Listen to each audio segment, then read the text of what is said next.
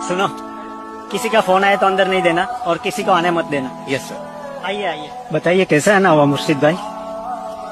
मुझे कुछ पैसे चाहिए। दरअसल कुछ पैसे नहीं, ज्यादा पैसे चाहिए, क्योंकि मैं कभी लौटा नहीं पाऊंगा। कितने चाहिए? करीब 5 करोड़। अभी साथ ले जाएंगे या मैं पहुंचवा दूं? अभी मैं 6 करोड़ दे रहा हूँ आपको। मुझे सिर्फ 5।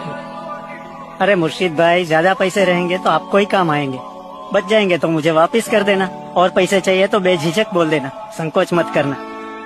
बस एक तू है जिसे दोस्त बोलता हूँ मैं, बस एक तू है जिसे दोस्त बोलता हूँ मैं, वरना साथ में ऐसे 50 बैठते हैं। सुनो, किसी का फोन आए तो अंदर नहीं देना और किसी को आने मत देना। Yes sir. आइए आइए, बताइए कैसा है ना हुआ मुर्शिद भाई?